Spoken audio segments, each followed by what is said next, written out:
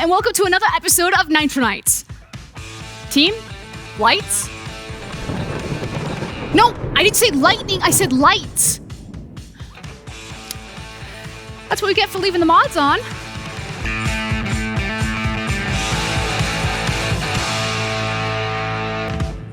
What up, fam? It's me, Indiana Froskurinn Black, and I'm back for another episode of NitroNights. And we've got everything you need. News, we've got them. Racing mods, we've got them. And this guest this week even has sim racing in his name, so nothing can go wrong there. Who am I talking about, you may ask? The one, the only SimRacer604. And if you don't already know him, don't worry, we've got you covered there as well. Mike Smith started his YouTube channel called SimRacer604 in early 2017. Not because he wanted to show off his skills, but to study his own laps while taking a break at work. Now, almost 4 years and 7 million views later, the Canadian has built a community of people who mainly watch for his game reviews, updates, or some new car and track mods. Mike tends to stay away from high-level competitive sim racing. Instead, he runs a few regular fun leagues that have become pretty popular in North America. He also champions inclusivity and wants everyone to have the opportunity to enjoy sim racing to its fullest. He even bought his dad a ticket to the Indy 500 with some of his channel's revenue, as watching IndyCar with him in Vancouver is one of his earliest childhood memories.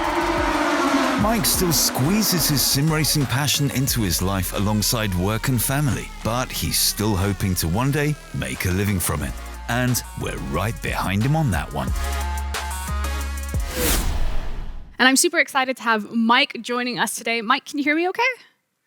I can hear you just fine. Ah, perfect. I was already complimenting him on his incredible microphone, but now I kind of want to move more into the content that you use that microphone on, particularly your YouTube channel. So in the video, if people aren't familiar with your work, you decided to make and start your YouTube channel because you wanted to watch your own laps kind of on your lunch break at work and improve your times. But now, obviously, well, some of your biggest content is reviewing games and stuff like that. Like, did you kind of expect that your YouTube channel would take this turn, or was that kind of always the goal? Was it just your passion for sim racing that made you invest so much time into it? Yeah, I never had any vision that it would become what it is. As I say, this was just something that I wanted to look at. And to be clear, it sounds super cocky that I wanted to watch my own videos at work, but I was more interested in the cars. I thought that it was really cool that I could drive, Ayrton Senna's car in a game, or excuse me, Ayrton Senna's F1 car, in a racing title, and really just kind of blew my mind. And so I was fascinated with sim racing in late 2016 into 2017, and so I just decided to kind of hit record and upload it to YouTube and watch for myself on my breaks at work. And it just kind of built momentum somehow, and now it is what it is. It's gone to places that I never thought it would go, but I'm really proud of what it's become, for sure. What did the colleagues and the boss think as they're like walking by? Did they think that you were actually like watching a race? Did they realize that they were you watching your own racing? Yeah, that's a good question. I don't know. I think probably I was slumped over on my desk and just kind of sheltering it from everyone so no one saw. Now, outside of kind of the content that you've done on YouTube and also obviously watching your own races, you've been involved in Every Lap Counts, and you've been a strong advocate for the inclusion within the sim racing space, which personally I think is awesome, and how it should be involved for everyone. Can you kind of walk me through what your involvement has been with that and kind of what you want to see for the future of sim racing? Because one of the coolest things I think about sim racing is that racing itself is such an expensive sport to get into, and there's so many barriers of entry for people to get involved, and sim racing eliminates a lot of those barriers. Mm-hmm. Yeah. So, I mean, the Every Lap Counts, that's not actually my league. That's a friend of my channel. His name is Roger. And he contacted me and said he was setting this up. And I just thought it was the coolest initiative possible. And so I was happy to support him on that. But as far as inclusion in sim racing, I don't think of it really as a political thing. I'm not trying to take some dramatic stance. I just think that sim racing is pretty amazing. It's been really good to me. I've met so many friends, and I want to invite more people in. And it seems like when you look at top level racing, Formula One and GT3 and things like that, it's predominantly one demographic, but sim racing doesn't have to be that. I know that you've had Emily Jones on this show. I know you've had Charlie Martin on this show, and people from all different walks of life can be really, really outstanding at sim racing. And so I just want to sort of open the door and let people know that anybody from any walk of life can really have a good time and stand out as a sim racer. And that's kind of what I'm aiming for. And like I say, it's not a strong political thing. It's just I love this hobby and I want to see more people do it. It's kind of the coolest things about esports, sim racing, and kind of gaming in general is how connected it can make all of us in the world. The fact that Emily Jones is racing over in Oceania, but she can participate and race with racers that are from Japan and all the Europeans. Kind of like speaking of the different regions or the different demographics and how we connect. North America has had some issues getting more races involved. It's obviously got a bigger footprint in Europe, but you yourself are kind of working to change that by setting up 4 fun leagues. Can you talk to me about some of these leagues and some of your plans for the future regarding North America and getting involved with the racing scene there? Yeah, I've been surprised actually by how strong the response has been. We're only in season 3, which I guess the total span is about 4 months for my GT3 and GT4 leagues, and the response has just been overwhelming. People are really interested in North American time zone based leagues because, as you say, so much of it is based in Europe. So much of the sim racing world is based in Europe, and so it's just been really strong, a really strong response. And there's a new service out there, simracing.gp, that allows you to set up leagues and races really easily. And so I've sort of taken advantage of that, and I could just throw together a race really quickly. And it's been a strong response. And I think, it's I wouldn't say untapped market, but sort of an underutilized market, the North American market. We love racing over here. But I think it's somewhat telling that IndyCar, as big as IndyCar is, to my knowledge, there's no modern IndyCar game. You have to buy mods basically to get IndyCar. And we love racing here in North America, but it's just sort of underrepresented in sim racing right now. And I'm hoping to sort of change that slowly through my leagues. Yeah, I'm really glad that you actually bring up mods. We'll kind of get into more of that topic in just a second. But before we do, it does come time to our quickfire round. I briefly went over this with you. It's very, very simple. I'm just going to ask you some questions, and it's just like instinct. Just gut, just answer as quickly as possible. So are you ready? Yeah. I promise it's really easy. Okay. Favorite driver? Lewis Hamilton. Okay. Favorite racing game? You said this would be easy. I'm gonna go overall Assetto Corsa. Okay. Favorite car? McLaren P1. Favorite race you saw live? 2019 Indy 500. And favorite mod for Assetto Corsa? Oh boy.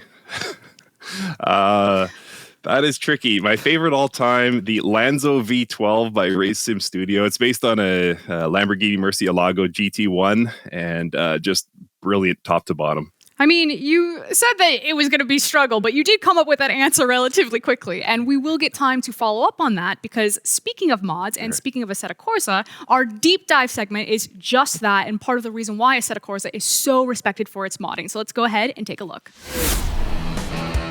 Assetto Corsa Competizione is one of the most played and popular racing sims at the moment, but its predecessor, 6-year-old Assetto Corsa, is also still going strong. Some players even prefer Assetto Corsa over the current title. How did that happen? A lot of the simulation's success is down to its passionate modding scene. Tons of voluntarily developed expansions improve the racing sim's gameplay and content. One of the latest big mods added dynamic weather, while a custom shader expansion has made it possible to create up-to-date graphics. When Formula One was forced to change their racing calendar earlier due to the pandemic, the official F1 game couldn't catch up. Instead, it was Assetto Corsa that had the newest tracks ready in the blink of an eye. Added to that, you can find a lot of fan support on Assetto Corsa. From free roaming areas in the real world to fictional settings, everything is possible. The cherry on top is some pretty bizarre creations you couldn't drive in this world. Assetto Corsa is currently the only racing sim supporting mods to this extent. At least it's the only serious one if you count out the genius physics sandbox BeamNG Drive. This is why Assetto Corsa will probably be around for some time to come. If this has given you a taste for it, take a look at our tutorial series on overtake.gg to really bring the game to life. As long as so many modders are still willing to put their time into supporting Assetto Corsa, it's got the potential to stay forever young. So I find this really interesting. Obviously, my background is more of a traditional gamer, and so games like Oblivion, Skyrim, Morrowind, like they have a reputation of having so many incredible mods around the community. And I always got the vibe that it was because of how old the games were as well, that it just gave the community that much more time to create what they wanted to. Do you think that that's kind of the same reason that Assetto Corsa, to this extent, has that type of modding community, or what do you think really is drawing modders to this game? Yeah, I think it's sort of, was it the Matthew effect, where it's because there are so many mods, they get more mods. You know, what's popular stays popular. And from the technical side, I don't know it. Like, I suppose there may be some technical advantages to working with Assetto Corsa as opposed to R Factor 2 or something like that. But yeah, it's just been really remarkable to see this title, as you said in the sort of intro video there. You know, it's 6 or 7 years old now, and just as popular as ever. In fact, it's more popular than ever, thanks exactly to those modders. So it's really remarkable to see, and it's so, what would you say, flexible and adaptive. When the Formula One season got modified, Assetto Corsa, you know, the very next day there was somebody had created a mod to let you run the modified 2021 season, and then when, you know, Formula One announced its new regulations going into 2022, well, you know, we got a mod for that. So it's just been remarkable how up to date and the work of so many people behind the scenes has really kept this title alive and relevant. It's incredible. It's basically like crowdsourcing, essentially. Like, don't you people sleep? Like, what is this? I guess, yes, I will play. Now, you talked a little bit about your favorite mod in our quickfire round. You now have the floor to either gush about it as much as you'd like. Why is it your favorite mod? Or even talk about some of maybe the other mods that you think are super cool. Yeah, and the reason I paused in the lightning round was because there's so many good ones, and I didn't want to, you know, slight anyone because there's been so many. Lately, there's a mod for R Factor 2, the Formula NA, which is an IndyCar by Virtual Racing Cars, and it's on par with anything I've driven ever. It's just incredible. But Racing Studio, who created the Lanzo V12, which is my all-time favorite mod, they just time after time, I think they're up to about 20 mods now for Assetto Corsa, and they just always deliver. It doesn't matter whether it's you know, a tin top or an open wheeler. They just do incredible work. And pardon me. Oh, it's all good. There's a few other modding teams as well who just continuously deliver, and it's been really amazing to see. Favorite mod is the Lanzo V12. I think the best mod, though, probably the one that really blew my mind, was the IER P13C. It's based on a 2013 Le Mans prototype, and just it drives different than anything in Assetto Corsa, and for the better. Like, the suspension physics that they were able to put into play in that title was just mind-blowing. So there's so many good ones, way too many to list on this program, of course. But yeah, favorite is the Lanzo V12, but I think probably the best technical one is the IER P13C. When you're looking at kind of like a mod, or kind of deciding what you enjoy doing, is it just the enjoyment of driving it and how it feels? Or are you one of those guys who's, you know, I enjoy driving this type of car or this type of class because it's fun? Or do you enjoy driving some because of how technically challenging that they are? Where do you sit on that line? Is it more about like, yay, I get to go fast, I feel so good? Or, you know, this is really a mental challenge where I have to be completely focused and feel like my skill level or my skill expression in this vehicle is really high? Yeah, so it's more the immersion side of things for me. Like, it doesn't really matter whether it's a modern racing car or a classic road car. There's been a few mods from, like, you know, the mid 80s Ferraris and Lamborghinis, and those were the posters I had.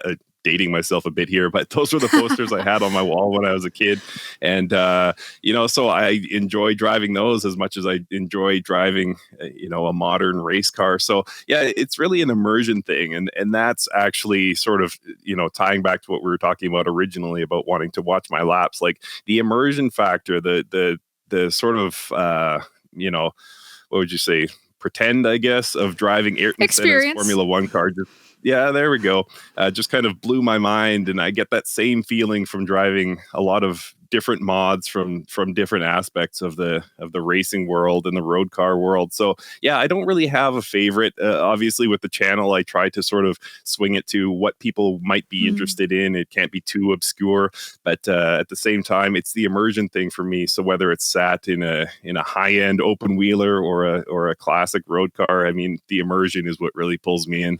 And ultimately, it's exactly like me with Skyrim. It's the immersion of, do I want to live out my life as a dwarf right now? Do I really want to be like an evil dark elf? Like, I just got to have it. I have my schedule, follow it through. It's all good. Now, at this portion, we're going to move on to it.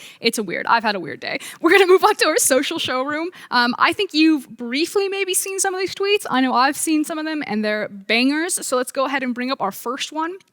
Now, you probably don't know this about me. That's okay. I'll forgive you this once. I'm a huge Mario Kart fan, and I've never had something like this happen to me. But if it did, I would never touch the game again. I would actually just retire, and I would refuse to play because you think it's bad, and then it gets so much worse. Falling off the Donkey Kong bridge twice, I wouldn't start. That would be it. Oh, God. It's so unlucky, too, because the more that I look at it, so, again, this is a little bit nerdy, but fun fact, if that red shell had hit even, 0.5 second later, in the tumble animation, you can then dodge the blue shell animation. So the fact that he gets hit by the red shell and then it combos and chains into the blue shell, I'm like, oh, mate, that's so unlucky. Because you could have just taken the red shell and then dodged the blue shell. You would have been fine. Sorry, I digress. Anything, Mike? I'm actually surprised there's no blue shell mods for Assetto Corsa yet. Do not give them ideas. It's already ruined one game. It doesn't need to ruin your game. Okay, our next tweet is actually from, this one's sad. Speaking of sad, the Daytona 24 Hours, I don't know if you watched it, didn't go great, and we had a couple of different takes. The first one is from Hadiesh, a friend of the show, and this was a bit more, I think a bit more laid back, a bit more casual about it, just kind of waiting, some Mr. Bean action. And then it gets a bit more serious for gamers when the Cyberpunk flash comes up. Have you been waiting for Cyberpunk, or have you invested much time into it yet? I have not. Oh. I was very excited for it. CD Projekt Red, I mean, they make amazing titles. I've played a bunch of their games, but I didn't get on board the Cyberpunk quite yet. And take your time. From the sounds of things, that might be a good thing. It definitely was, because Jimmy Broadbent pulled no punches. As soon as I see this graphic, I'm triggered. I'm just like, no, stop. And the thing is you don't even have to read it. You know exactly what he's talking about. Delays. We'll talk about that more in Newsflash, guys. Don't worry. And then our final tweet is actually from our own Twitter, overtake_GG. Remember, guys, #NitroNights if you want to tweet at us. And we're highlighting our virtual racers with disabilities. So we had, last week was our takeover week. We had Max Spooner on as a guest for NitroNights. We had Malini talking to us for a guest writer. And reminder, if you guys want to get involved in the conversation, want to see something specific, be sure to add us at NitroNights_GG. Use the #NitroNights, and we love to continue to get our community involved. Some dope content there. Great work, team. Mike, have you been reading through any of our website? Are you big, you talked about Emily Jones, you referenced that she was on the show, so I'm assuming that you've watched this a couple of times. Yeah. So when I got the email that you guys wanted to talk, I was like, okay, I'm always happy to talk sim racing. And then it didn't connect right away who exactly was emailing me. So I went back and I was like, oh, no way, this is amazing. So I started rewatching some of the shows. But I'm a huge fan of your work, so excited. That's exactly how I take all of my emails from my producer. I'm like, oh, man, who is this again? And then he buzzes into my ear. He's like, please stop talking about this now on broadcast, to which now I'm going to move on. So you've survived our social showroom. You've survived the quickfire round, but now you have to survive the hot lap. Are you a Trackmania player? Oof. I am not. Again, going back to the email, there was reference to Trackmania, so I actually got my buttons mapped and things like that, but that's about as far as I've gotten. So you shouldn't expect much from me here. It's okay. I love it when it's people's first time. So we're going to go ahead and get Mike set up for the hot lap on Trackmania, and we'll see you guys right on the other side. You know what time it is, gentle viewer. It's time for the hot lap. Now, Mike behind me has already been trying to warm up, but he's never played this game before, and we're going to see how he does. Don't know what the hot lap is? I'm going to tell you what the hot lap is. He's going to play Trackmania. He's got 3 minutes to make the fastest lap time. The fastest time is currently held by Emily Jones. It's about 50 seconds, give or take. We'll figure that one out. Mike, are you ready? I am ready. Perfect. Good luck. You may begin. So again, my favorite thing about the hot lap is that I usually just get to make fun of people when they just crash all over. But I've already seen Mike warming up, and I have a feeling that we may have a natural here. So here we go. Good start. Did it feel good, Mike? Did you feel like you were able to get into it real quick? I gotta be honest. No. I'm still trying to get used to this. I may have jinxed him. I feel like I call this the H curve is the worst part. You kind of got to take it wide and then cut in really tight. And you can't take it too fast because, like you said, you just ramp off into nothing. Okay, that was good. That was good. Okay, perfect. Now you're coming into the S curves. And then it's the loop-de-loop. I swear, guys, he was doing really well before he started. Okay, round 4. Okay, that was good. Then you got the S curve into the loop-de-loop, and then you come into like the hump part of the course. Okay, nice. That'll buff out. I'm good. Good time. Survived the loop-de-loop. Now the trick here is to kind of be on the sides of these things. There you go. Okay, this is nice. Okay, this is the easiest part of the course. Oh, don't say that. Now that. you basically have like 3 left turns and you're good. Okay. Yes, perfect. Ugh. Close enough. And then it launches you and boom, done. Okay. You're probably gonna have time for one more go at this. You just need to shave 10 seconds. 10 seconds. 14 seconds. Ooh. Not sure how that happened. I've never seen that before. Okay. Okay, this might be your last chance. No pressure. Okay, perfect. Great. Okay, now coming into the S curve. Good speed, good finesse. He's looking great. I don't actually know any racing terminology, but I am a caster for a different game, so how different can it be? Okay, getting a little bit of air there. He's now figured out the technique, staying to the side, not launching his car anymore. Tries to cut a straight path, loses a little bit there on the curve, but that's okay, recovers nicely. 20 seconds to get it done. Can he beat the buzzer? The last 3 turns here. Bumper cars, 17 seconds left. This is going to come down right to the wire. Can Mike actually make it coming into the last turn? He's got 10 seconds to do the impossible. Here comes the launch. 5, 4, 3, 2, 1. Literally in the air. Producers, did we get a time? Did he finish? No. Mike, I've got some bad news. I know. It's okay. It's not about the time, it's about the journey, and I thoroughly enjoyed that. Thank you so much for taking the hot lap. It truly is test. If people think that they can do better than Mike, actually try the game. It is the bullet hell of racing games. It's impossible. It's like Demon's Souls, but worse. Mike, do you have any other, closing comments or where to find you? You can chat your Twitter, your YouTube. This is your chance. Take your billboard. Yeah, so SimRacer604 on Twitter and YouTube is where I spend, is where most people know me from. And I usually upload 2 or 3 videos a week. And and thank you so much for having me, by the way. I've really enjoyed this chat. Yeah, no worries. Thank you so much, Mike, for tuning in. Guys, be sure to check out his YouTube content. It's phenomenal, and thank you so much for taking the hat lap. But that is not all for us. Mike may be gone, but I'm still here because you know what time it is, gentle viewer. It's time for the Newsflash. The second Assetto Corsa Competizione World Cup by the website SimGrid has been announced. Now, aside from a prize pool of $20,000, there will be material prizes as well. Nothing will change with the championship mode. A maximum of 50 teams with 4 drivers each will attend a series of 12 and 24-hour endurance races. The tracks have not been confirmed so far. Now, the top 15 finalists of Season 1 will automatically get an invitation. All remaining slots will be filled through qualifiers. The checkered flag has fallen at the iRacing 24 Hours of Daytona. The event was split into 47 starting groups due to a gigantic number of participants. The splits were divided according to the participants' iRating. The most prominent winners of their splits were Team Coanda Simsport, featuring Mitchell DeYoung, Mac Backham, and Joshua Rogers after a start-to-finish parade.